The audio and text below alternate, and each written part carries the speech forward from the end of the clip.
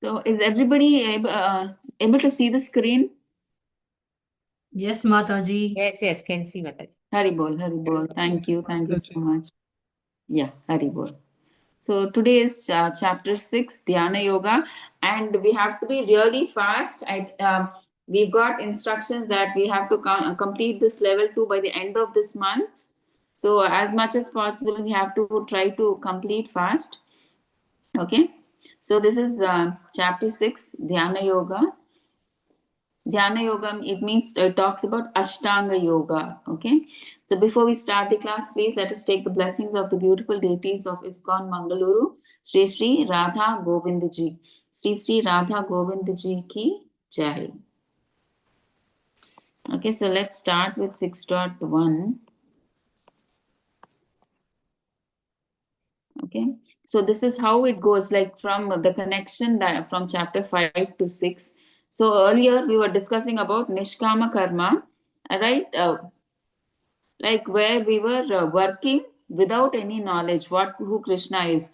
We were ritually doing, offering anything like offering boga, thinking that I am offering the food to Krishna, right? But actually that food is given by Krishna himself. So that is when we get that knowledge. So with that Gnana Yoga we get, we understand we are the soul, we are not the body, we are the soul, and Krishna is the ultimate protector, right? So then our consciousness increases. So from Gnana Yoga, because we get that knowledge, our consciousness increases. So when it increases, we start meditating on the super soul. So we understand that Krishna as super soul is the in charge of maintaining the entire universe.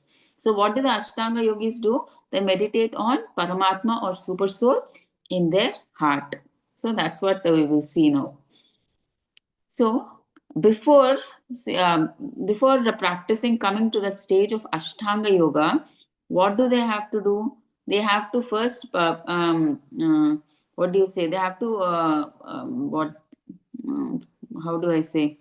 Here, see, before practicing advanced stages of Ashtanga Yoga, one must be purified by the practice of Nishkama Karma Yoga, right? So they must purify their senses and everything, right? How can they do it?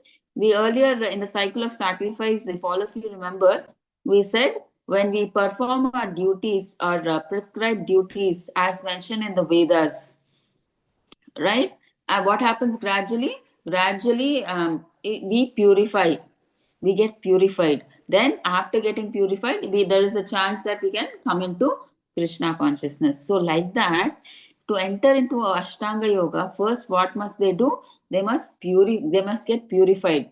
By how? Doing Nishkama Karma Yoga. So Nishkama Karma Yoga is nothing but doing everything to please Krishna. So you work, right? You work with the knowledge that Krishna is Krishna is the source of everything. So we just do our duty, prescribed duty, leaving the result to Krishna. So that is a prerequisite to enter into Ashtanga Yoga.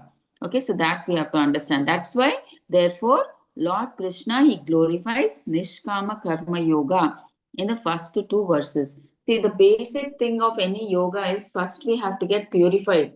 See, unless we get purified, the mind is disturbed, mind is not steady. So how can we enter spirituality? No, we can't enter, right? So that's why we should get purified. So before you enter into this Ashtanga Yoga, we have to get purified. How can we get purified? By Nishkama Karma Yoga. Nishkama Karma Yoga means what? Doing our prescribed duties, what are mentioned in the Vedas. There'll be some rules and regulations. You have to do this, you have to do this duty. So you do your duties, whatever is mentioned in the Vedas, you do it to your 100% without any expectation, just to please Krishna. Okay. So then if you do your prescribed duties, you follow the rules and regulations mentioned in the Vedas, then you get purified and gradually you can come into Krishna consciousness. Okay. So let's see the 6.1. Anashritah karma phalam karyam karma karoti yaha sa sannyasi cha yogi cha na niragnirna chakriyaha. Translation by Srila Prabhupada. Srila Prabhupada ki jai. The Supreme Personality of Godhead said, one who is unattached to the fruits of his work and who works as he is obligated is in the renounced order of life, and he is the true mystic, not he who lights no fire and performs no duty. Okay, so Krishna in this shloka is explaining who is a real sannyasi and a real yogi. Okay, who is a real sannyasi and a yogi. So sannyasi means we can understand he's a gnani. Okay, and a real yogi means he's talking about ashtanga yogi. Okay, so you understand that. So real sannyasi, sannyasi, when the concept comes, we can think he's a gnani, and yogi means ashtanga yogi. Okay, so a true sannyasi is not someone who gives up. They're saying in the translation, a true sannyasi is not someone who gives up fire sacrifices, who stops working or escapes duty. So Krishna again and again says renunciation means not it's not you're giving up your duties and responsibilities, you stop working. Okay, so what is Krishna saying? A true yogi is not someone, and now Krishna is talking about yogi. A true who is not a yogi. A true yogi is not someone who closes his eyes, sits quietly, and avoids responsibility. So, what does the Ashtanga Yogi generally do? He closes his eyes, sits quietly, and meditates on Paramatma in the heart. Right? They go to the forest and they avoid all responsibility. Okay, so we should not, these people are not real yogis or real glanis. So, who is the real sannyasi and yogi? So, Krishna says, one who does his duty but is not attached to the results. He is both a sannyasi and a yogi. So it simply means that we have to do our duty to our fullest and leave the result to Krishna. We are not bothered about the results. We leave the results to Krishna. So he is a true sannyasi and a true yogi. So such a person, he works because it is his duty and he offers the results to Krishna. And he does not act for personal enjoyment. He does not do anything for his sense gratification. Okay, just like the hand, it works for the whole body. See, only if the hand is feeding food through the mouth, with the help of the hand, only the food is going into the mouth, and then it enters into the stomach, and then the whole body gets energy. See, all because of the hand, right? The whole body is nourished. Similarly, the living entity, like the hand, must work for the pleasure of Krishna. Okay, like how the hand works for the whole body, like that the living entity, he must work for the pleasure of Krishna. Okay, and here in the purport, Prabhupada says, why is Krishna consciousness superior to Ashtanga Yoga? See, in Kali Yuga, Ashtanga Yoga is very difficult. See, artificial renunciation is it fails because everybody has to do some work. You can't renounce. See, now you and can we run into the forest leaving all our family members without doing any work, leaving our family members? Is it practically possible? No, right? So Ashtanga Yoga means you have to go into the forest, you have to live in a secluded place and do all that. So that is not possible. That's why Prabhupada says Ashtanga Yoga is very difficult and artificial renunciation will fail. Right? We can't artificially renounce, stop all our work, leave all our family members, right? And all that is not possible. But karma yoga in Krishna consciousness is practical and perfect. So we can do nishkama karma because anyway we have to do our work.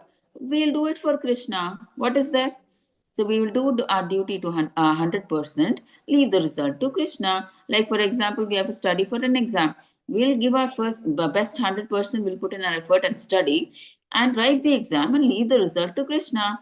Don't expect that, oh, after writing the paper, I've done it nicely, I will let this much. Don't, because we never know. We have done our duty. Sometimes, what we expect doesn't turn out. So just do your duty and just leave the result to Krishna. Okay. Okay, so this is what they are saying. So a devotee, he works fully, but he claims nothing for himself, and he seeks only Krishna's satisfaction. He does not do anything for his personal sense gratification, only to please Krishna. So such a person, he has no selfish desire, and he does not even forget about personal desires. He does not even have this subtle desire for liberation. He does not even want liberation. Okay, so this is 6.1. Okay, 6.2. Yam sannyasam iti prahur yogam tam viddi pandava nahi asanyasta sankalpo yogi bhavati kaschana. What is called renunciation, you should know to be the same as yoga. Okay, so Krishna is telling renunciation means same as yoga or linking oneself with the supreme. Okay, yoga means what? Always it is linking with the supreme.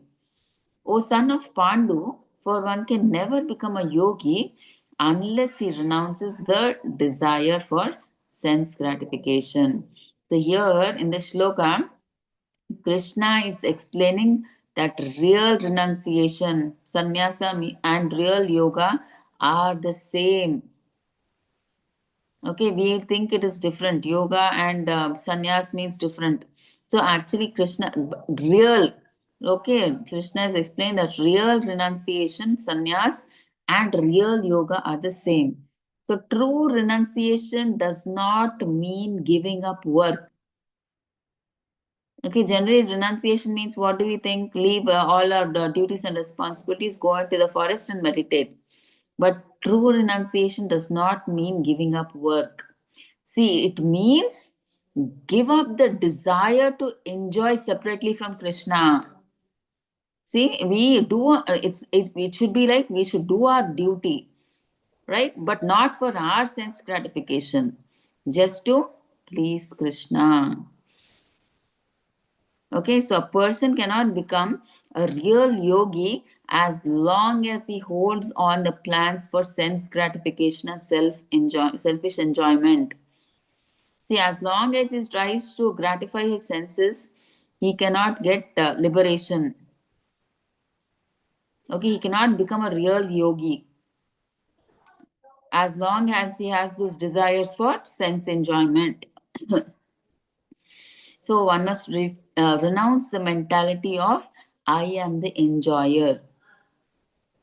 Okay, so we should understand that the living entity is not independent. He is part and parcel of Krishna. So when he tries to enjoy separately, he becomes bound by Maya. See, when he tries to enjoy separately, he is like working under the grips of Maya. Under the grips of Maya means you're under the three ropes, three gunas. Right? So you're under control of Maya when you act for yourself. But when you act for Krishna's pleasure, you come under his control. Okay? So you decide now, you want to be under the control of Maya or you want to be under the control of Krishna.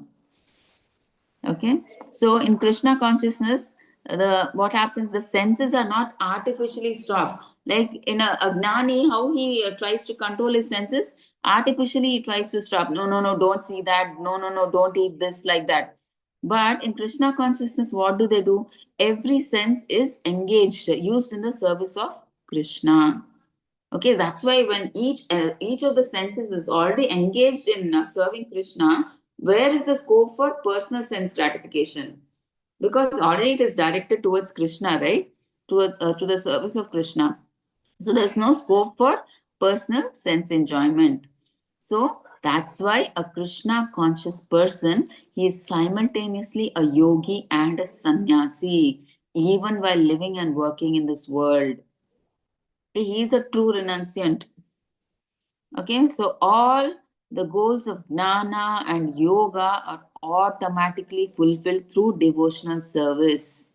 Okay, the real goal of life is to give up selfish enjoyment. I mean, like we should give up the sense gratification and learn to satisfy Krishna. So, this is complete yoga, this is complete renunciation, and then we get complete peace. Okay.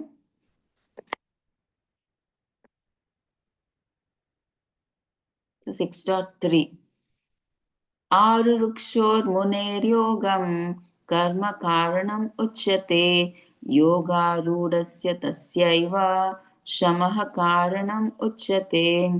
Translation by Srila Prabhupada ki jai. For one who is a neophyte in the eightfold yoga system, work is said to be the means. And for one who is already elevated in yoga, cessation of all material activities is said to be the means. Okay, so now Krishna is explaining about, if you see, two words are highlighted here, Arurukshor and Yoga Rudasya, right? So Arurukshor means and neophyte Ashtanga yogi, and Yoga Rudasya means an elevated or advanced Ashtanga yogi.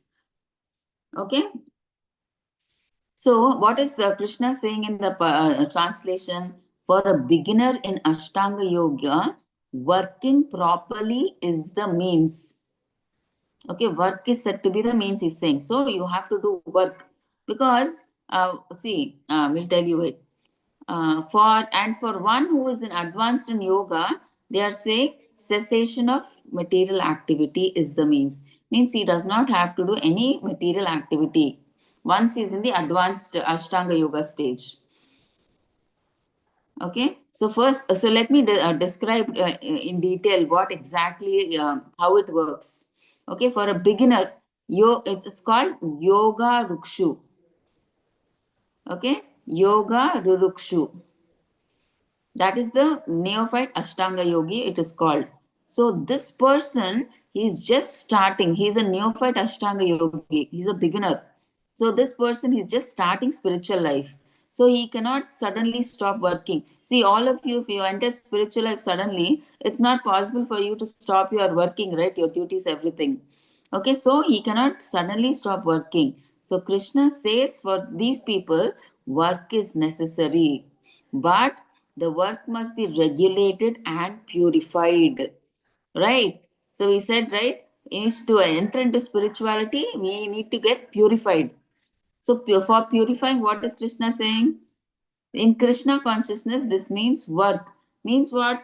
Offer the results to Krishna. What do? We work, but we offer the results to Krishna. So we don't act as selfishly, so that we get some desire. I mean, we get some outcome out of that duty. We do it only as an offering to Krishna. Okay, so that is the beginning stage. So they have to work because immediately they can't stop work and totally enter into spirituality. So just because they just started spirituality, they have to work, and that work should be purified. So how will that be work be purified? It has to be offered to Krishna. So do your duty, but offer the results to Krishna. So that is for the beginning stage. And advanced stage Ashtanga Yogi means he's called Yoga Ruda.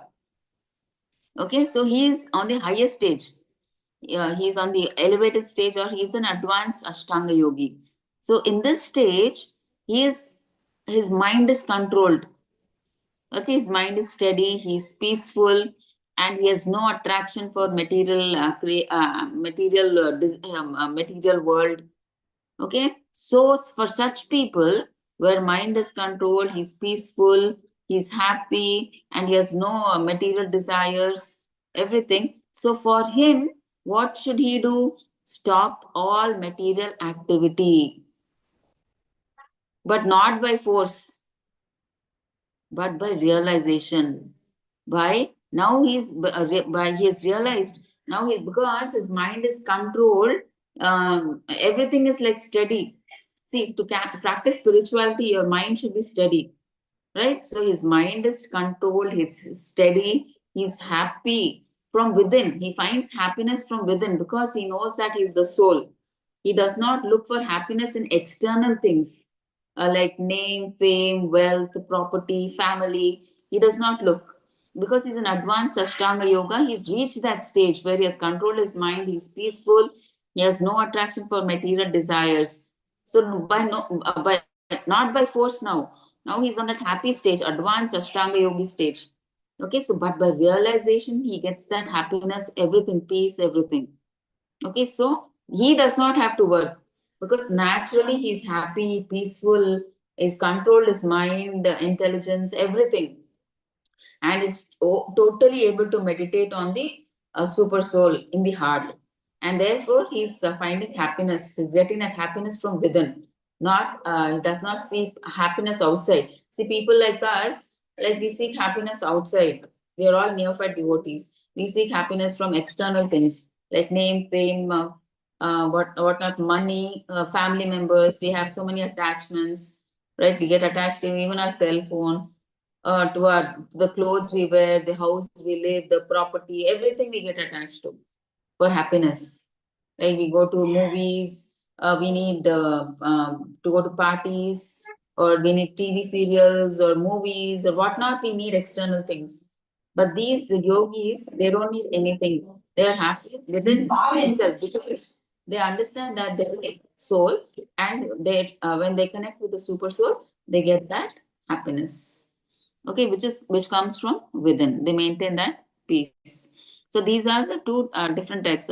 Neophyte is called yoga rurukshu, and advanced means he's on that higher stage, the ultimate stage of Ashtanga yogi, yoga ruda. So the Uh, neophyte devotee has to work because he cannot immediately give up work just because he has started a spiritual life. So he has to continue his work, but he should purify his work. Okay, and second is advanced Ashtanga yogi. He is like already now he does not have to work because he's on that advanced stage, highest stage. He can give up all his responsibilities, everything, because now he's on that advanced stage. Now everything is controlled. See, as a neophyte, your mind is disturbed, it is uncontrolled, everything. That's why you have to purify everything you have to do. But now he is advanced yogi. His mind is steady, his mind is controlled, he's peaceful, he's happy from within. So he does not have to do any work, and he does not need to do Nishkama Karma Yoga, work and then purify everything, not required. He has crossed that stage now. Okay, his mind is controlled, he's peaceful, he has no material desires, nothing. Okay, so he's happy within. So such type of advanced yogis, they can stop work. That's what they're saying in this shloka. Mataji, Yes, Prabhuji? Mataji, I have a question. Yeah.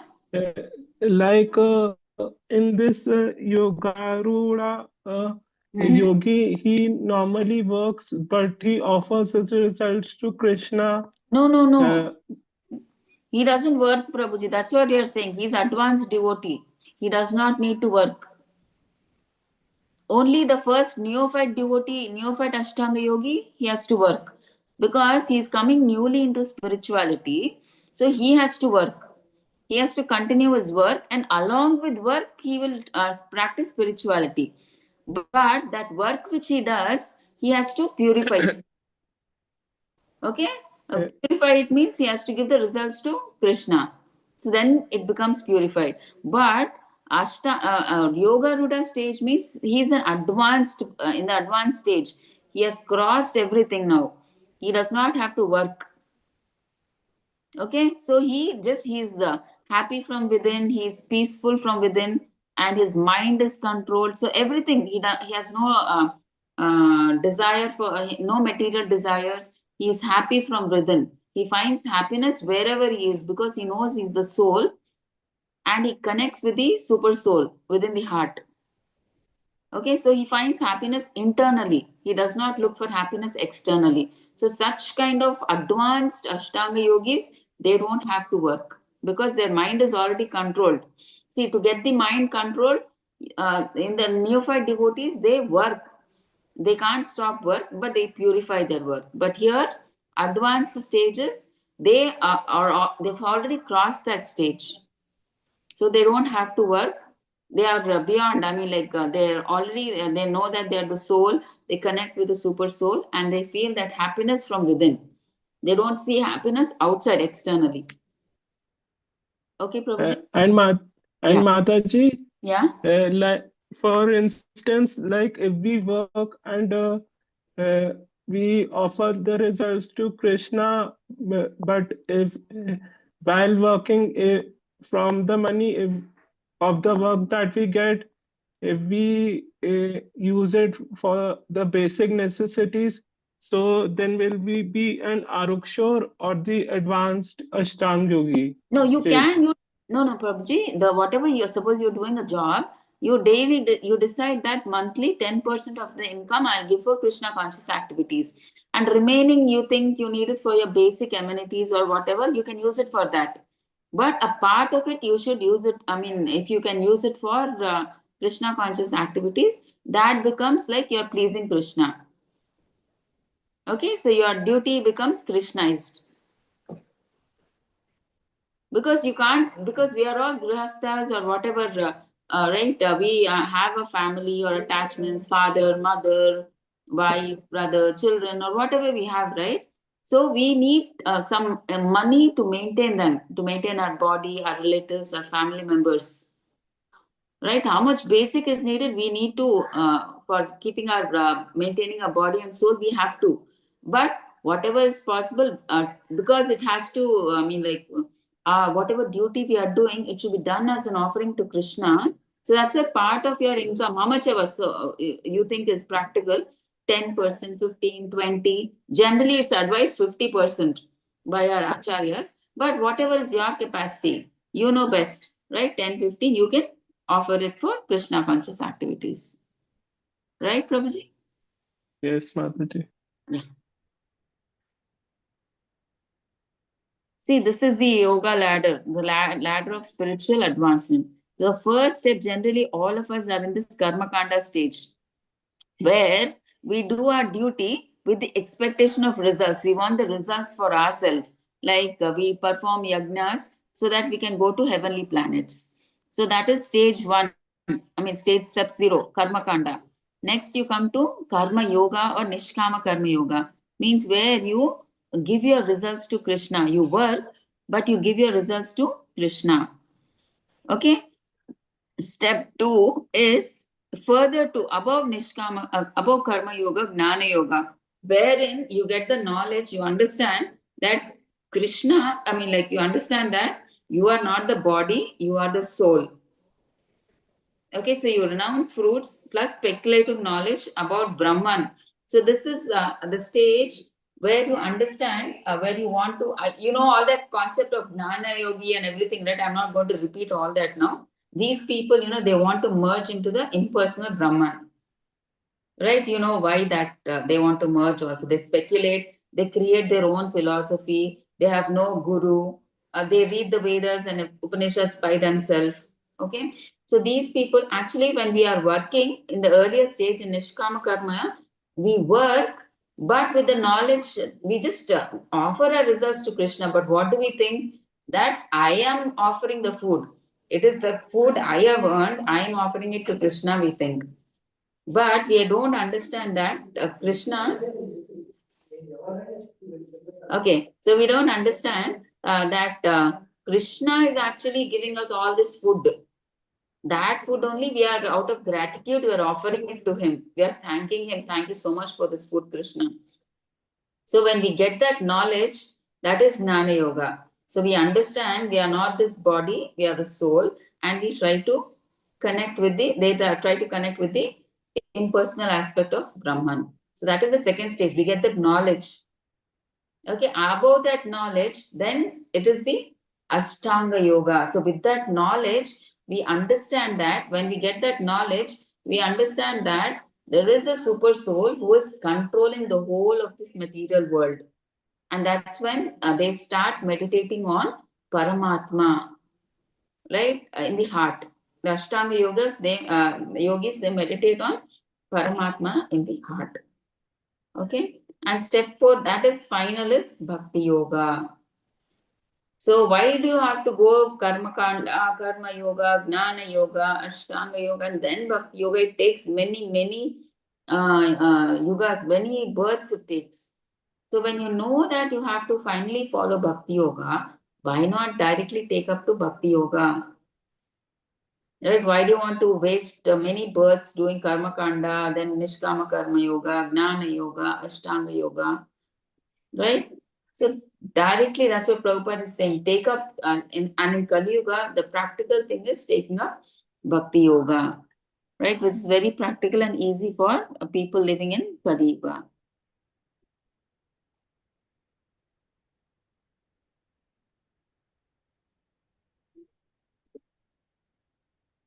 Okay, 6.4.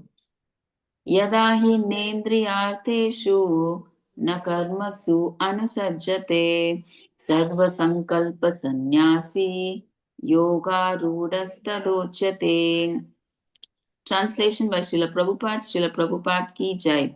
A person is said to be elevated in yoga when, having renounced all material desires, he neither acts for sense gratification nor engages in fruitive activities.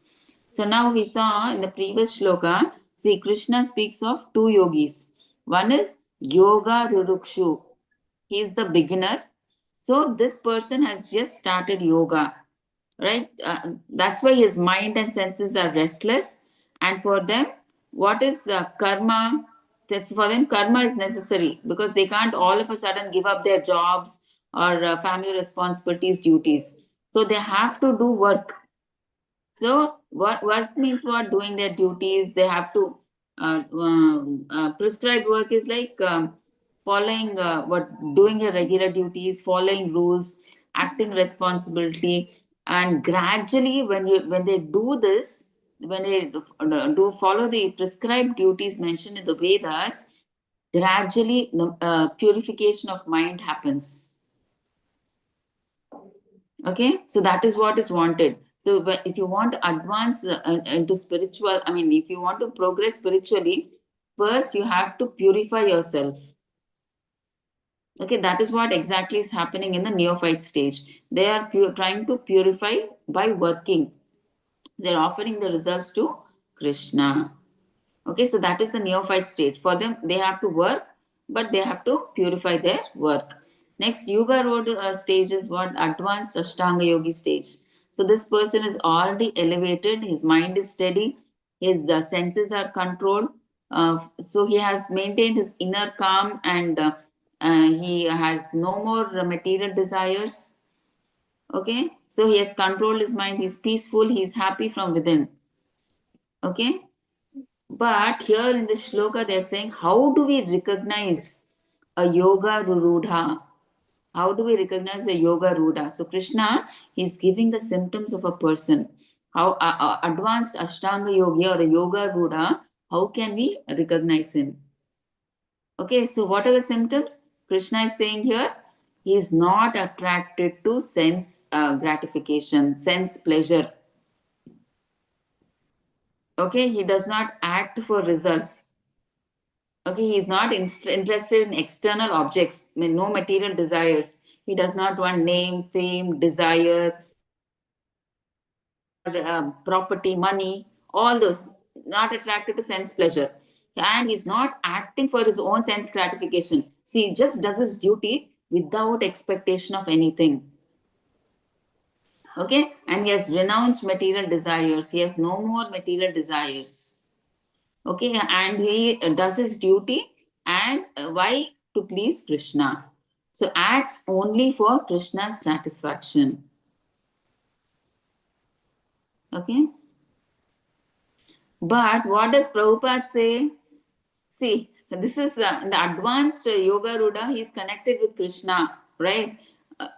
He's doing activities because to please Krishna. But a Krishna conscious person, from the beginning, he's on the Yoga Ruda platform. Why? Because a Krishna conscious devotee, he always thinks of Krishna. See, whenever he's doing, whenever he's offering bhoga, I mean cooking, he thinks about offering it to Krishna, right? Not for his sense gratification. So whatever, see, if he wants to clean the house, he says, yeah, this house should be clean for Krishna. So everything, he thinks about Krishna. Right from day one, he thinks about Krishna. They always think about Krishna. But here in the Ashtanga Yogi stage, only when you reach the advanced stage are they thinking about the Lord.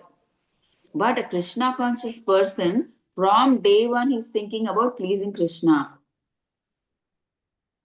Okay, so all actions are done for Krishna, right? So, and that's why there is no separate effort needed to stop the material activities, because our senses are engaged in pleasing Krishna, in serving Krishna, right?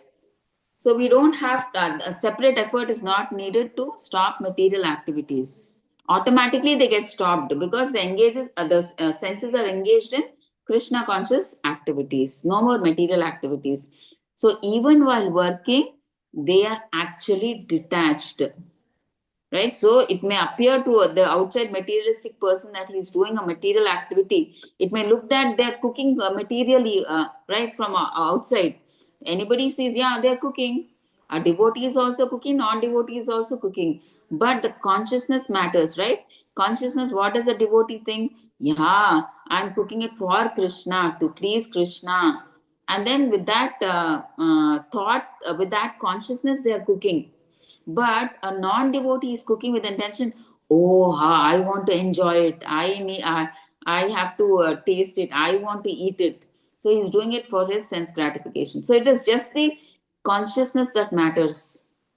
Okay, so Krishna consciousness, that's why Prabhupada has named this movement as not Krishna, Krishna consciousness, the International Society for Krishna Consciousness.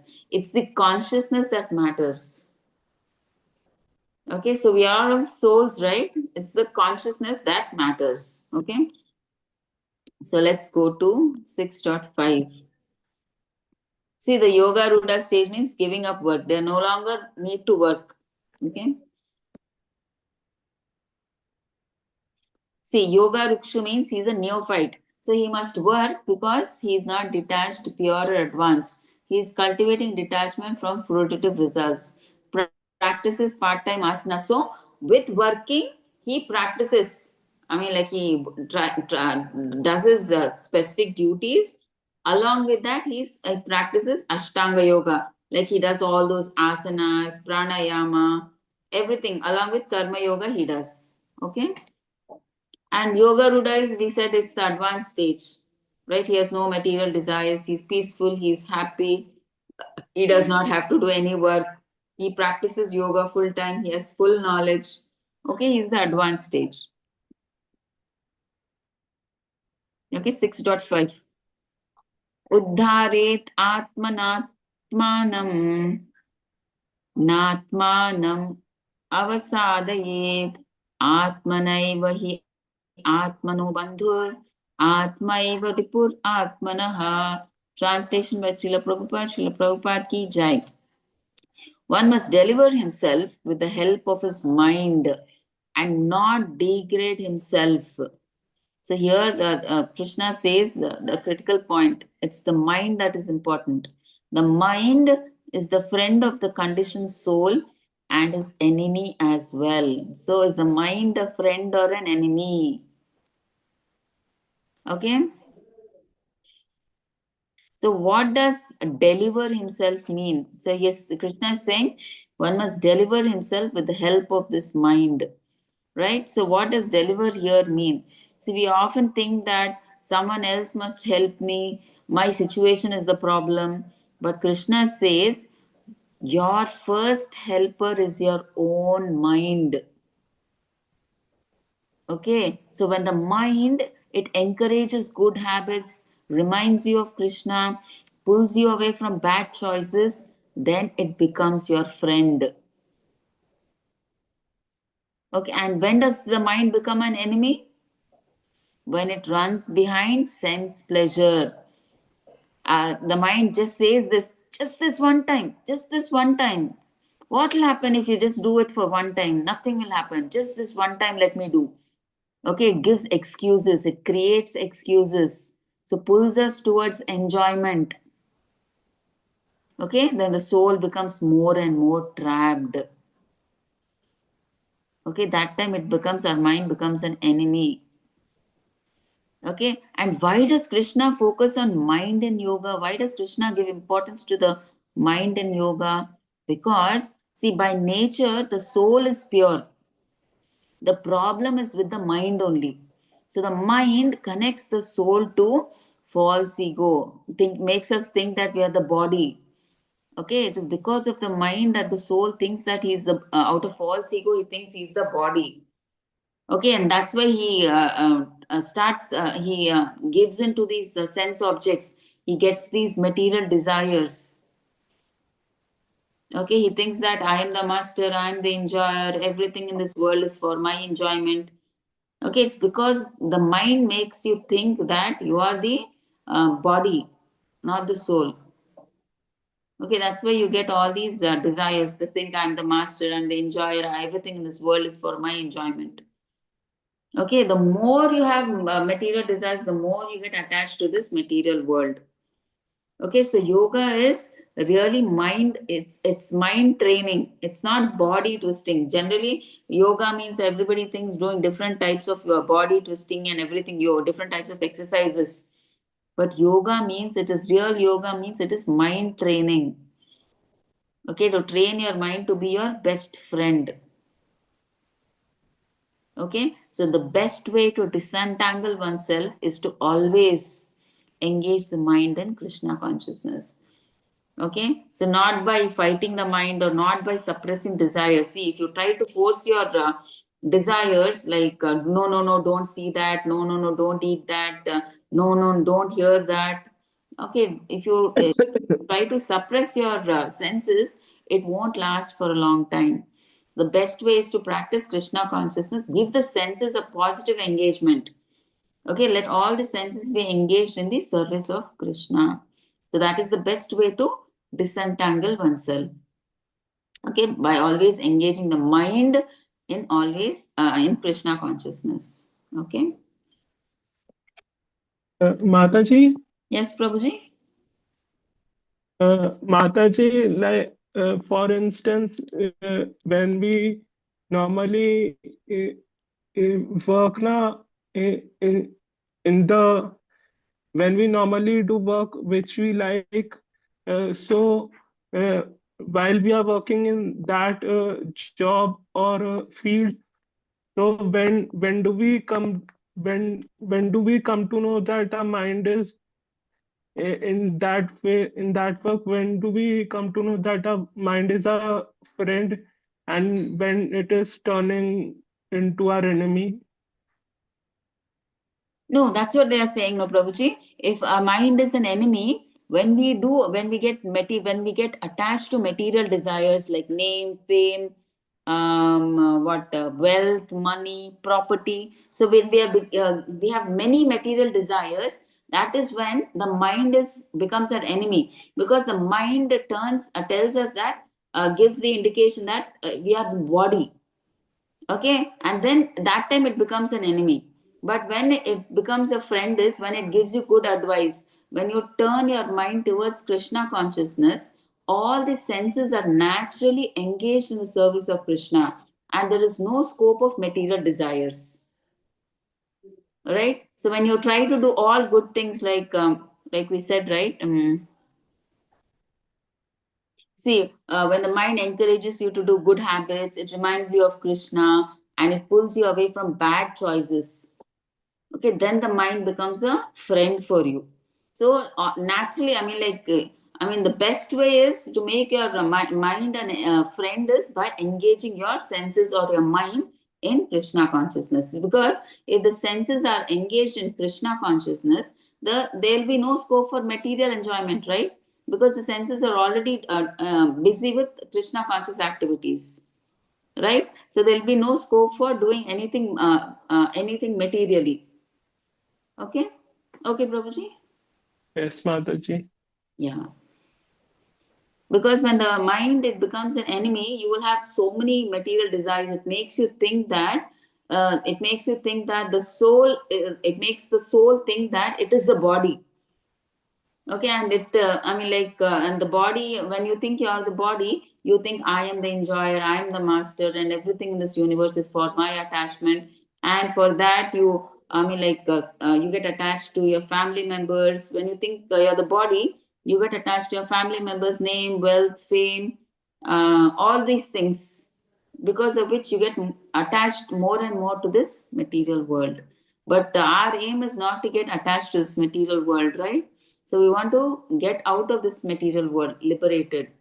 So that's why we should make our mind the best friend. And that is by engaging all the senses and the mind in Krishna conscious activities. Okay? Yeah. So 6.6. Bandhur atmanastasya येनात्मैवात्मना जितः अनात्मनस्तु शत्रुत्वे वर्तेतात्मैव शत्रुवत्. For him who was a translation by Srila Prabhupada ki jai. For him who has conquered the mind is the best of friends. But for one who has failed to do so, it's the same thing. His mind will be the greatest enemy. Okay, so Krishna is saying if you conquer the mind, it becomes your best friend. If you fail to control it, the same mind becomes your greatest enemy. So, a person who has controlled the mind, right, who has made his mind the best friend and has controlled the mind cooperates. Okay, it supports it. See, when the mind is steady, we can practice spirituality very well. Okay, and it listens to the intelligence. See, when the mind is steady, it listens to the intelligence also. Okay, but for one who cannot control the mind is always disturbed. You can't practice your spirituality very well. Okay, that's why they say you have to purify the mind. The mind has to become steady so that you can practice and progress spiritually. Okay, so it pushes when the mind, when you're not able to control the mind, so the mind orders the person now. We can't order the mind orders. Okay, we are in control of the mind. We give in to the mind. When the mind says, oh, you're tired, why don't you go for a party? We give in. Yeah, I'm really tired, I need a party. So we give in to the mind. Okay.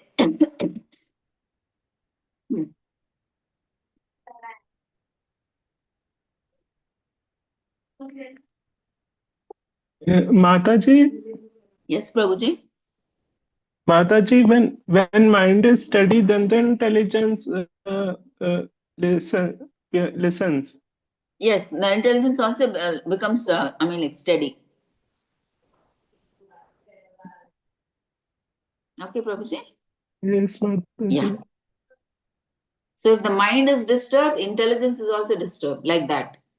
Okay, so that's why we should purify our mind. If it is not steady, we should purify our mind. Until it is not purified, we cannot practice spirituality. Okay, so that's why they're saying one who cannot control his mind, the mind controls that person. We are under the control of the mind. Okay, so the mind orders that person. So the mind, it pushes that person towards lust, anger, greed, illusion, everything. So, okay, one becomes a servant of all the desires, material desires. Okay, so living with an uncontrolled mind is living with an enemy inside the house. So that disturbing it is to have an uncontrolled mind. It's like living with an enemy in the house. Okay. So, what is our real position? So, the living entity is meant to serve a higher authority, following divine guidance. So, if the mind is conquered, we serve desires. If the mind is unconquered, okay, we are more attached to material desires. But if the mind is conquered, it is controlled, then it moves to spirituality. That is, we serve Krishna or Paramatma. So control the mind. If you control the mind, it takes you to Krishna. So if you fail to control it, it will take you away from him. That means you will be in Maya. Okay, away from Krishna.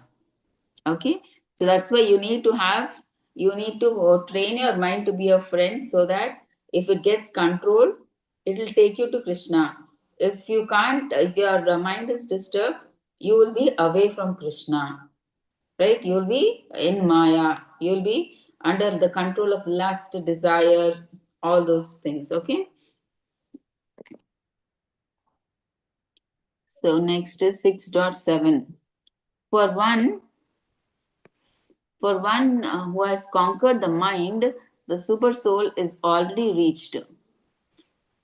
Hope it is not heavy for all of you. It's we are just in the sixth shloka. That's all. Actually, there's so many shlokas I've planned. I don't know whether you'll be able to focus. Please let me know when you want me to stop. Okay. But please remember that we have to complete all the chapters. If you want them to be detailed in detailed explanation, you have to give more time.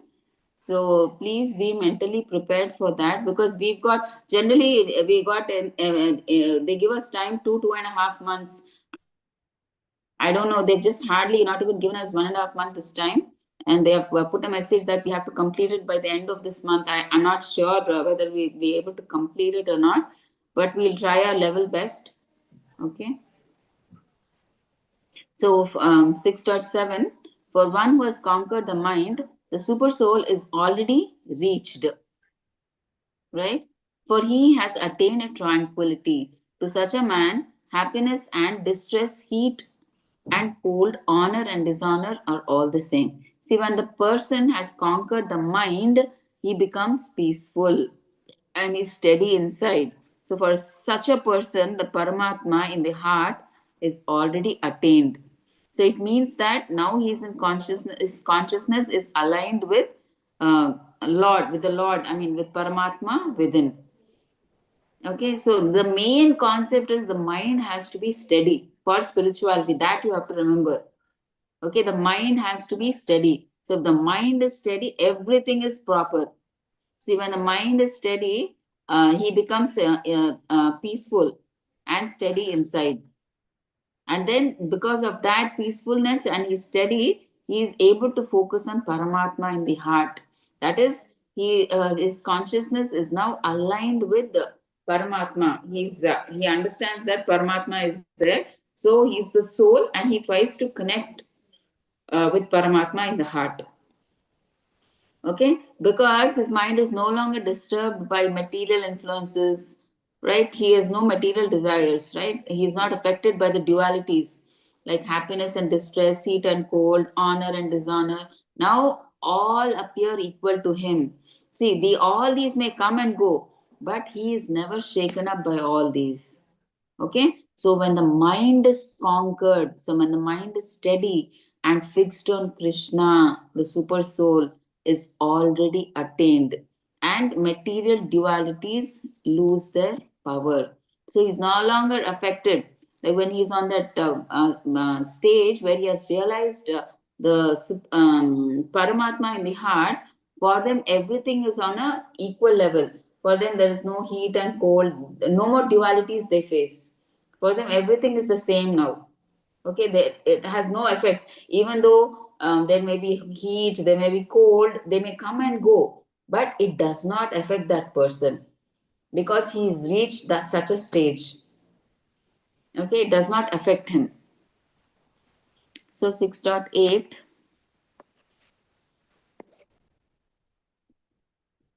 translation by Srila Prabhupada ki jai. A person is said to be established in self-realization and is called a yogi or mystic when he is fully satisfied by virtue of acquired knowledge and realization. Such a person is situated in transcendence and is self-controlled.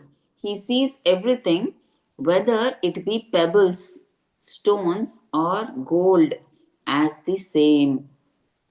Okay, so this verse describes, Krishna is describing who a true yogi is. Okay, yogi is not, like known by his dress or by posture or silence. Okay, but by inner satisfaction and realization. That is how a yogi is known. Okay, so here,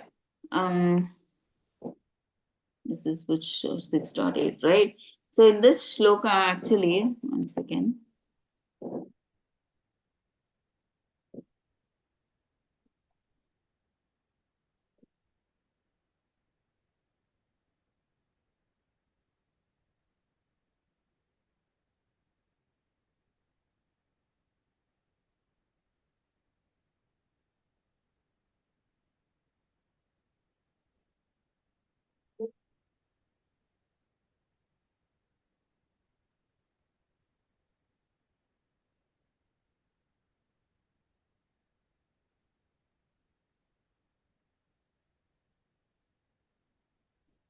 Yeah, 6.8 Krishna says, Shloka, Gnana Vijnana Triptatma Kutasto Vijayendriha Yukta Iti Uchyate Yogi Samaloshtasma Kanchanaha. Okay, so in this verse, Krishna is saying, see, generally the Krishna is saying about Gnana Vijnana Triptatma. Means Gnana means what? Knowledge from the scriptures. Okay, and Vijnana means realized knowledge. Means Gnana means only the knowledge. I mean, you're reading it theoretically. You're getting the knowledge theoretically from the scriptures. Vijnana means what? That same knowledge through the scriptures, it is realized knowledge through practice. Like generally in schools, when we were in our 10th and plus 2 or wherever, we used to do theory and practicals in our chemistry or physics or computers. We used to do, right, practicals. So what we learned theoretically, we implement it, and practically we do. So the same thing here. Okay, they are telling Gnana Vijnana. Gnana means the knowledge we get from scriptures, that is theory. Vijnana means realized knowledge through practice. Truptatma means what? A fully satisfied soul. So what it means is, the first line, a real yogi is satisfied inside. He is not hungry for material achievements. He is not looking for happiness from the external objects. Okay, he does not. He is not desiring any material achievements like name, fame, money, property, everything. He's not looking for anything. He's just satisfied it within inside. I mean, from inside. Okay, so when knowledge becomes realized and you live it, so you understand that you're the soul, and when you connect with the super soul, that is real happiness. And you, when you practice it and you live it, that's when the heart feels complete. So knowing is one thing, living it is practice, vijnana. Right? When you know that, when you connect, when you know that you're the soul and you connect with the super soul, that is when real happiness comes from within. Okay, not from external objects. See, external happiness is just temporary. It has a start and an end date. It's not permanent. But we are looking for permanent happiness. That happiness is when you connect yourself with the super soul or the supreme. Okay, you feel happiness from within. So wherever you go, your happiness is not dependent on external objects because it is within you. So it does not matter with the externals at all. Okay, so that is the first line. Next, they're saying Kutastaha. Kutastaha means what? He's spiritually fixed. He's Kutastha means he's unshaken like a mountain peak. So such a person, he's steady even when situations change. For it means that, see, if there is praise or there is criticism, there is gain or loss, they do not disturb him. Okay, Kutastha means he's spiritually fixed, whether praise or criticism, he does not take. Gain or loss, it does not disturb him. Okay, Vijitendriyaha means senses are conquered. Okay, the senses no longer drag him outward. Means what? he uses his senses in Krishna's service, not for his personal enjoyment. So Vijitendriya means he's conquered his senses, like he has what he has gained victory against his senses. How? He's not now using his senses for his sense gratification. He's using the same senses to please Krishna. Okay. So next, fourth line is Yuktaha iti uchyate yogi. So such a person is truly connected, Yukta, to the Supreme. So this is real yoga. It means connection with Krishna. Okay. So last line, Samar Loshtra Ashma Kanchanaha. Last main thing. Pebble, stone, gold are all the same to him. Okay, for him, for us, if we walk on the road, we see gold, we immediately pick it up. But for such an advanced yogi who's in the Yoga Ruda stage, for him, a pebble or a stone or a gold is all on an equal level for him. For him, gold is also of no value. He just leaves it like that only. He considers it like a stone. Okay, because he is no longer interested with the externals, right? We told he's not at all interested with the externals at all. Okay. And because he has got something higher, right? He has got something more precious. What is that? He has got Krishna. Now he is more focused on the super soul in the heart.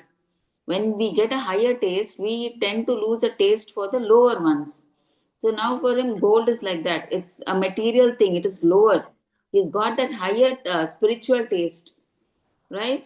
That is Krishna or super soul. So he is no longer interested in gold or whatever. So he considers everything equal to stone. Okay. So what do we understand from the shloka? A true yogi is realized by, is satisfied by realized knowledge. Means whatever theoretically he learns, when he implements it, he understands the real happiness. So a true yogi is satisfied by realized, by vijnana, right? By realized knowledge, fixed in devotion. He's self-controlled and he sees all material things as equal, like gold, stones, everything as equal, because he's connected with Krishna. He's developed that higher taste. So he loses a taste for the lower things. Okay, so now let's see 6.9. Mataji, Yes, Prabhuji. Mataji, what did we meant by this Yukta iti uchyate yogi?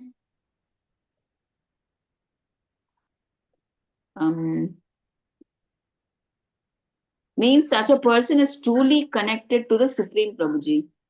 Yukta means he's connected. Okay, so Yuktaha iti uchyate yogi. So such a person is truly connected to the Supreme. Okay, Prabhuji. Yes, Mataji. So this is real yoga when you are connecting with Krishna. So they're saying Yuktaha iti uchyate yogi. So this is the true purpose. What is that true purpose? When that yogi, he connects with Krishna. That is the true purpose. That is a true connection.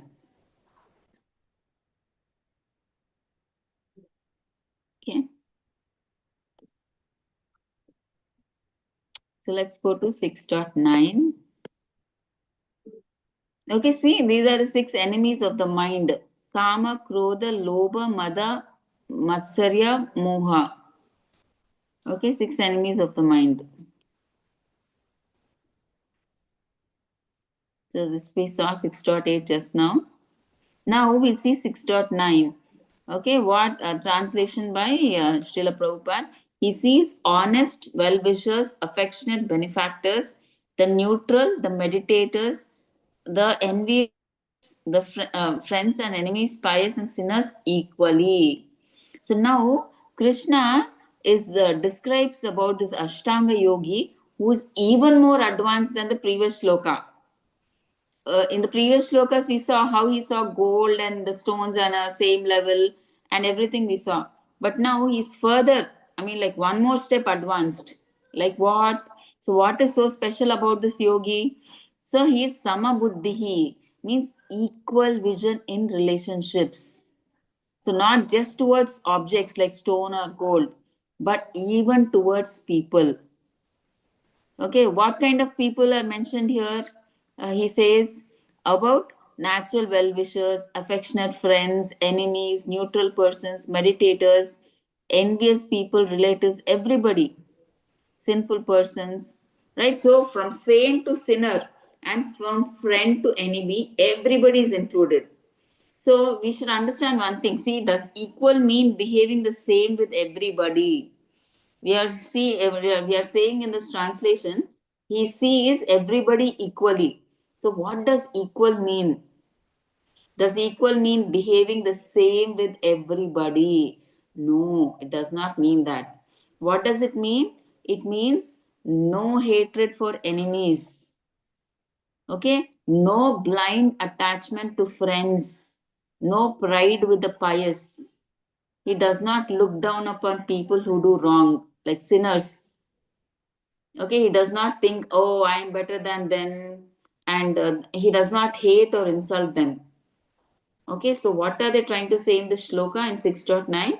The yogi, the advanced Ashtanga yogi, sees every soul is part and parcel of Krishna, but they're acting under different coverings of mind and karma. Okay, so he understands that all of us are souls and we are part and parcel of Krishna, but outwardly, if we see, we are under different coverings of mind and karma. We have different bodies, right? Based on our desires, we have different bodies for our karma, right? Okay, so he understands that we are all souls, we are part and parcel of Krishna, and that's why he tries to respect everybody. Mataji, Hare Hare Krishna. Krishna. That Yeah. means he treats everyone same and equal. Is it? Is it? No, same in the sense that's what not same, Mataji. Like he respects the enemies. Generally, what do we do with enemies? We disregard them. So he respects. Yeah, in a sense, he is equal with everybody. That's what they're saying clearly here. Equal means what? Does equal mean behaving the same with everyone? No, it is not behaving the same with everybody. Like with the enemies, generally, how does everybody behave with the enemy? They don't share their secrets or they don't try to talk to him. But even he has no hatred for the enemies. Okay, and with friends, he has no blind attachment. He's not blindly attached to the friends. Okay, and he does not, if there are sinners who do bad things, with them, he does not look upon them. He does not think that I am better than them or something like that. So, depending on the situation, he takes everything positively. He's in no other way does he minimize them or disrespect them. Okay? Okay, Mataji? Mataji. Yeah. Could understand. Yeah. Okay, so this is actually from 6.10 to 6.32. It tells us about all the Ashtanga Yoga, 8 processes. Ashtanga Yoga means Ashta means 8. 8 part yoga system. So you can see here, right? Now the whole from 6.10 to 32, they'll be explaining about the whole Ashtanga process, the 8 processes. You can see in the PPT, right? Yama, Niyama, Asana, Pranayama, Pratyahara, Dharana, Dhyana, Samadhi. So these are the 8 stages of Ashtanga Yoga. And the first 6 are called the sadhana bhakti stage. These are practiced by a neophyte devotee, and the advanced is in the dhyana and samadhi stage. The yoga ruda we call, right? Advanced is in dhyana and samadhi. Okay, yoga rurukshu is from 1 to 6. Okay, yoga ruda is 7 and 8. Okay.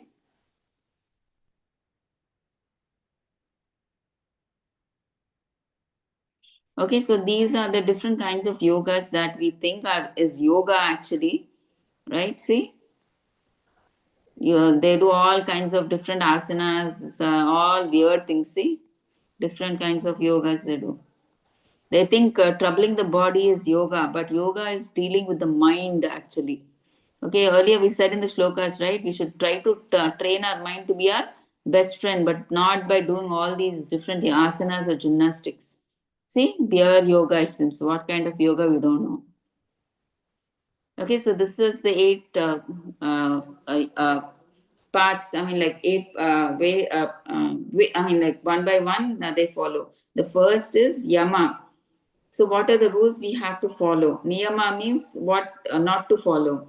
Asana means the different postures, the way you sit, and the different meditation exercises that you do. Different Ashtanga yoga means there will be many exercises. The way you sit and the way you perform the exercises. Pranayama means breathing control, like one inside, one next through the other nostril outside. That is pranayama. Pratyahara means you control your senses. Dharana means concentration. Dhyana means after you get that concentration on the Paramatma, it becomes you become into trance, dhyana, meditative absorption. It becomes deep, and then you become one with Paramatma. Like you are totally in samadhi now. Nobody in the they can distract, even if they try to call you. Now you are in so much in consciousness with that Paramatma that it's like you're in samadhi now. Even if someone calls you, you don't respond. Okay, you're in samadhi. Okay, so first let's start with what is yama. Okay, yama 6.10 it says he should live alone in a secluded place and should always control his mind. Okay, so the Ashtanga yogis, first yama, what are the rules they have to follow? They should live alone. Okay, they live alone means what? No family members. They have to go into the forest. They have to no family members, right? They have to get themselves detached. So he should live alone in a secluded place, that is somewhere in the forest or somewhere, and should always carefully control his mind. Okay, so he should control his mind. So we said, right, to practice spirituality, initially we have to control our mind, right? So how initially how they can do is like by work in the initial stage, we said, right? Because when you start spirituality, all of a sudden you can't give up your duties, responsibilities. So you try, but you try to purify the work that you're doing by offering the results to Krishna. Okay, so next niyama, temperate in his habits, eating, sleeping, working and recreation. So what does this mean? Yukta means regulated, balanced and appropriate. So not too much, not too little. Ahara, when they're saying Yukta ahara means food. So you should take your food, eat what keeps the body healthy and the mind peaceful. So nowadays people, they eat what not. I mean, like with the way nobody takes vegetables, fruits, right? Most of them are interested in packed items, bread items, pizzas, burgers, subways, tacos. So all these outside things are vegetables, packed items like chips. So they're interested in all of these. So they say na jaisa anna vaisa man, right? The whatever depends, your mind depends on what you eat. So eat what keeps the body healthy. See, you have to maintain. See, with this body itself, you'll be able to practice Krishna consciousness, right? The soul drives the body towards devotional service. If the body itself is not healthy, what can the soul do? Right? So for the soul to execute this devotional service, the body has to function properly, right? Has to be healthy. So for that, you have to eat properly. Okay, Prabhupada also says the same thing. First thing is like we should give importance to our health. Without this body, what can we practice Krishna consciousness? Right? So we have to stay healthy. So eat what keeps the body healthy and the mind peaceful. Next, they're talking about vihara. Vihara means what? Recreation. So some relaxation is needed, okay? But not too much relaxation, but not too much entertainment. So some relaxation is okay, but not don't go for too much entertainment. Okay. Next, sleep and wakefulness. See, enough sleep. You should sleep enough so that you can function well. Like Prabhupada, he says that 6 hours of sleep is enough for us, right? But if you sleep more than that, it breeds laziness. You get too lazy. Too much of sleeping leads to laziness. And then last is destroyer of suffering. So balance reduces mental and physical misery. Okay. So if you balance both your spiritual and material, okay, it reduces mental and physical misery. Okay, so first yama, what rules to follow, what niyama is what not to follow. Next asana, how should the sitting? They have to meditate, right? The Ashtanga yogis, how should their asana be? They are telling that here. See, lay kusha grass on the ground. Kusha means it's a special kind of grass that is used for spiritual practices. Okay, so they lay kusha grass on the ground and then cover it with deer skin. Does anybody know why they use deer skin? Why they cover it with deer skin? Out of some purity. No, sorry, Mataji, not for purity. Snakes, because of snakes. Sorry? Lizards and snakes like that. Will not come Exactly. to them. Correct. Correct. Perfect. Yeah, because it repels insects and reptiles. Because in the forest, all these reptiles and snakes are there, which can harm them. So that's why they cover it with deer skin to repel all of them. Okay, so they because when they are doing dhyana, suddenly a snake comes. It's very difficult for them, right? So that's why they sit on this deer skin, which repels reptiles, insects, and every thing. So they cover it with deer skin. The seat should neither be too high nor too low. So you are seeing, right, how the Ashtanga Yogi is performing in the PPT. So the seat should be perfect. Again, the asana, the way they're sitting should not be too high or too low. And it should be situated in a sacred place. One should hold one's body, neck, head erect in a straight line. See how that yogi is sitting straight, right? Like that, we have to sit with body, neck, head in a straight line. And our eyebrows should focus on the tip of the nose. And the eyes should also be half closed, right? If we totally close, we'll sleep. If we totally open, we'll be looking around everywhere. So they prefer half closing of the eyes.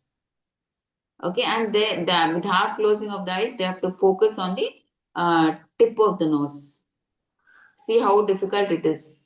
How long can we sit straight and that too detached from all our family members in a forest? We have to sit like this, do all this. Is it really practical for people like us to do in Kali Yuga, practice Ashtanga Yoga? Right? Once you read all this, you'll understand. Oh my God, Krishna consciousness is so better and so easy. We can chant at the cost of staying at our house, anywhere, anyhow. Even when we're not well, we can chant. While sleeping, we can chant. We think that is so better. Okay, so thus with an unagitated, subdued mind. See again, the mind should not be agitated. Subdued mind means controlled mind and devoid of fear. He should not be fearful. If his mind is focused, oh, what wild animal will come he's sitting in the forest, right? Oh, what snake will come, what wild animal will come. So he should be devoid of fear also. So his mind should not be disturbed. He should have a controlled mind and he should be fearless. And again, completely free from sex life. And one should then meditate upon Krishna. So this is asana. Right? The different, the sitting posture itself is so difficult for us to imagine.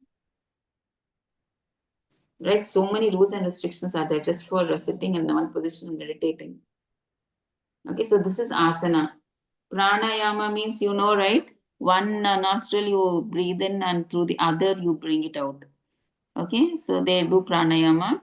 Then pratyahara means cessation of material. Cessation means stopping of material existence. So it means ending spiritual life. Pratyahara means ending of spiritual material life, and it means entering into spiritual life. So when a yogi regularly controls his body, mind, and activities and keeps his mind disciplined and steady, he attains real peace. And finally, he reaches Krishna's abode. Okay, and where all his material life comes to an end. Okay, so no more he has material desires, material activities, nothing, no more. Now his mind is steady, it is disciplined, it is controlled, and he is no more interested in all the material activities, like he has no material desires. Okay, he's not interested in name, fame, all those things. Okay, so all his material activities have come to an end. Next, dharana, 6.18. Disciplines his mental activities and becomes situated in transcendence, devoid of all material desires. He is said to have attained yoga. So here, when a yogi, through regular practice, brings his restless mind under control, that means earlier, see, the mind now was jumping.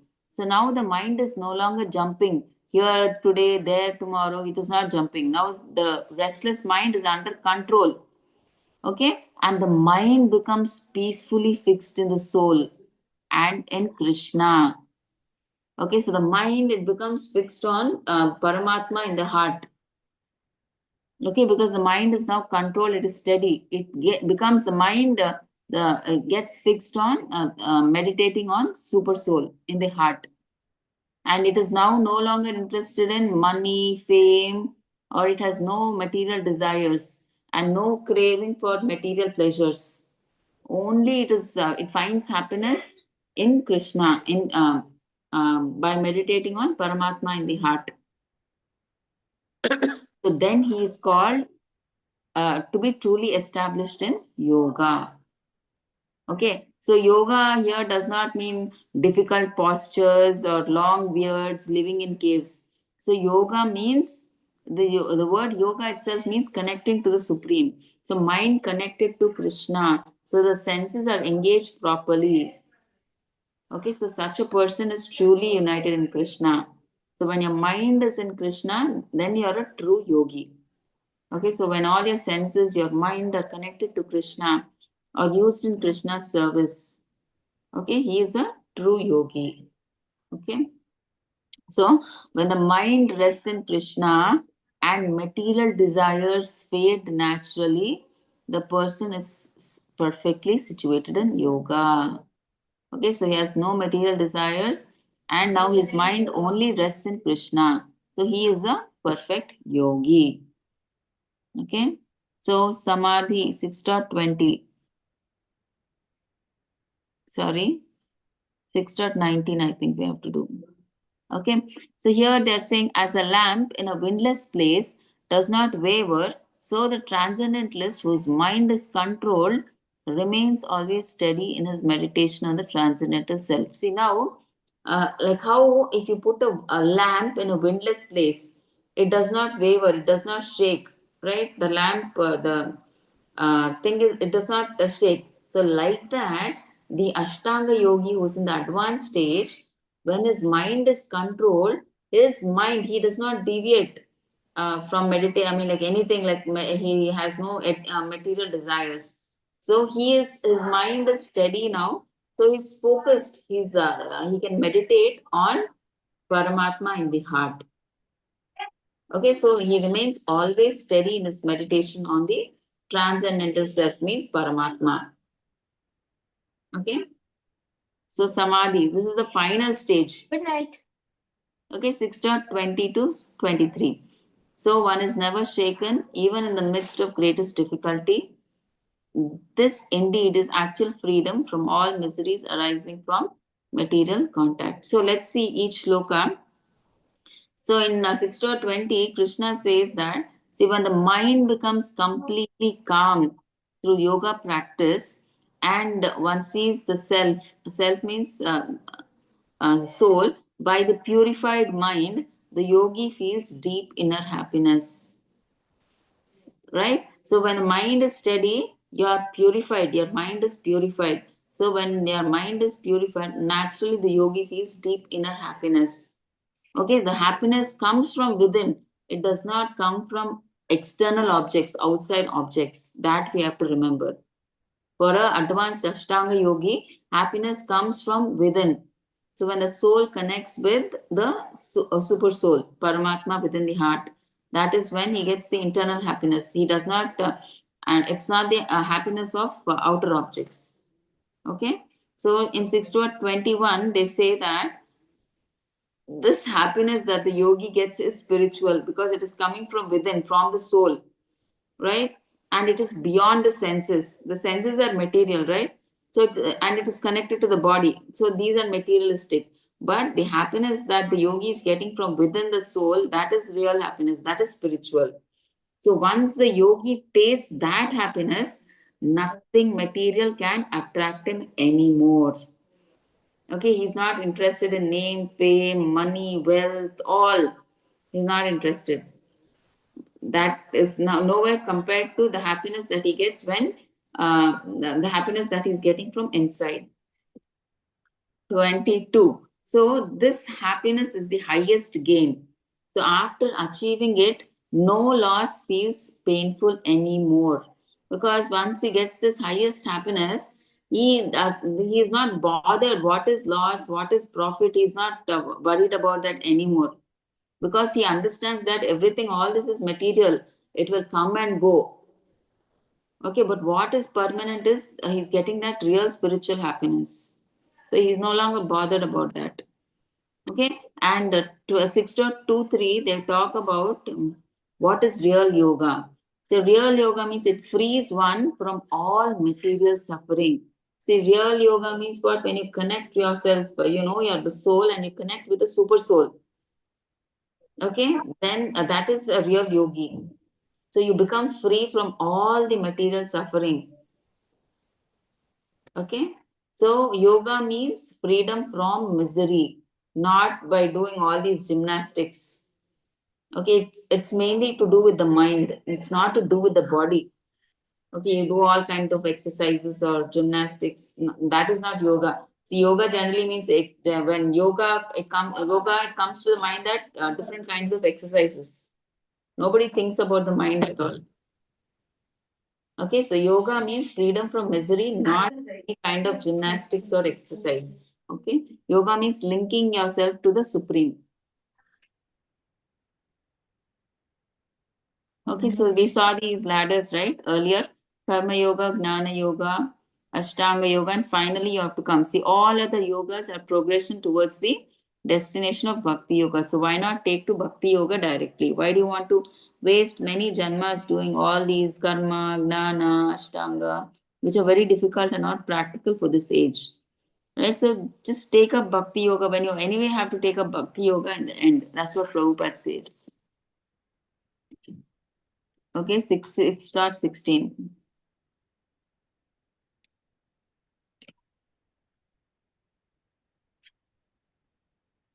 नाति अश्नातस्तु योगोस्ति न चैकान्तम् अनश्नतः न चाति स्वप्नशीलस्य जाग्रतो नैव चार्जुना. Translation by Srila Prabhupada. Srila Prabhupada ki jai. There is no possibility of one's becoming a yogi, O Arjuna, if one eats too much or eats too little, sleeps too much or does not sleep enough. Okay, so here Krishna is saying that, see, too much eating makes the body dull and lazy. Okay, and too little eating weakens the body and mind. And too much sleep leads to ignorance and laziness. Okay, and too little sleep causes restlessness and lack of focus. So yoga needs a healthy body and a steady mind. So not too much, too less. It should be moderate.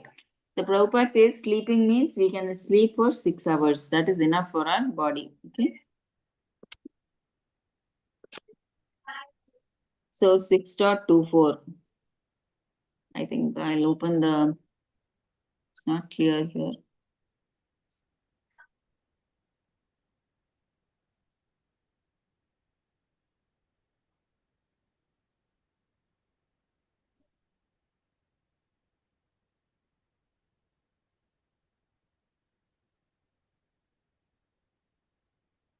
Okay. So we'll read the translation. Translation by Srila Prabhupada. Srila Prabhupada ki jai. So one should engage oneself in the practice of yoga with determination and faith and not be deviated from the path. One should abandon without exception all material desires born of mental speculation and thus control all the senses on all sides by the mind. So here Krishna says that yoga must be practiced with strong determination. See, it's not so easy to practice yoga. So we need strong determination. That's what Krishna is saying. See, we should not. Krishna is saying, do not give up. Do not lose heart. Do not change the path again and again. See, yoga is not for the weak effort. It needs firm faith and patience. Okay, so what should a yogi do? He should give up material desires. Okay, and especially desires created by imagination and mental planning. Like, for example, if I get this, I will be happy kind of thoughts he should give up. Okay, so control the senses using the mind. Okay, so if the mind is steady, automatically the senses will be controlled. Right? So eyes, ears, tongue, hands, legs, all should be guided and they should not be allowed to run freely. Okay, we should all give them a proper guidance. Like in Krishna consciousness, what do? All the senses are engaged in the service of Krishna. Okay, we don't allow them to run here and there for material sense gratification. So the senses, we give them a positive engagement by using them in the service of Krishna. Okay, so that's why the Krishna is saying, stay steady on the path, even if results come slowly. Okay, even if difficulties appear. So in the shloka, they're saying with determination you have to do. Don't think results will come very fast. So you have that strong determination. Okay, stay firm on the path. Results will come slowly. Okay, even if difficulties appear, just continue. Be patient. Okay, it's not like, see, if you plant a small seed itself, for that plant to grow up into a tree and bear fruit, flowers, fruits, it may take some years, 4 to 5 years. It's not instantaneous, right? So like that, yoga also, you need that faith and determination. But slowly, but still you'll get the results. Right? Be patient. Be with that, continue that yoga with that faith and determination, Krishna is saying. Okay? So now let's see 25. Mataji, Yes, Prabhuji? Mataji, can we today do till 25, 6.25? Yeah, sure, Prabhuji. Sure, I can understand. I truly understand. Definitely, definitely. Yeah, we'll stop with the shloka.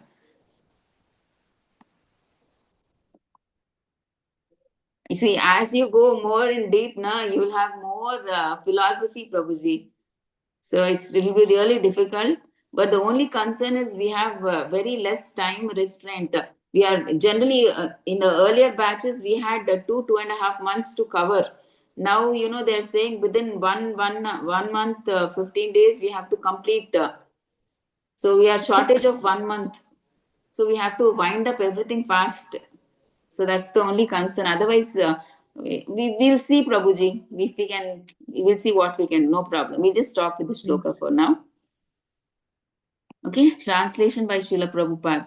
Gradually, step by step, one should become situated in trance by means of intelligence sustained by full conviction, and thus the mind should be fixed on the self alone and should not think of nothing else. So here, Krishna is telling that progress in yoga happens little by little.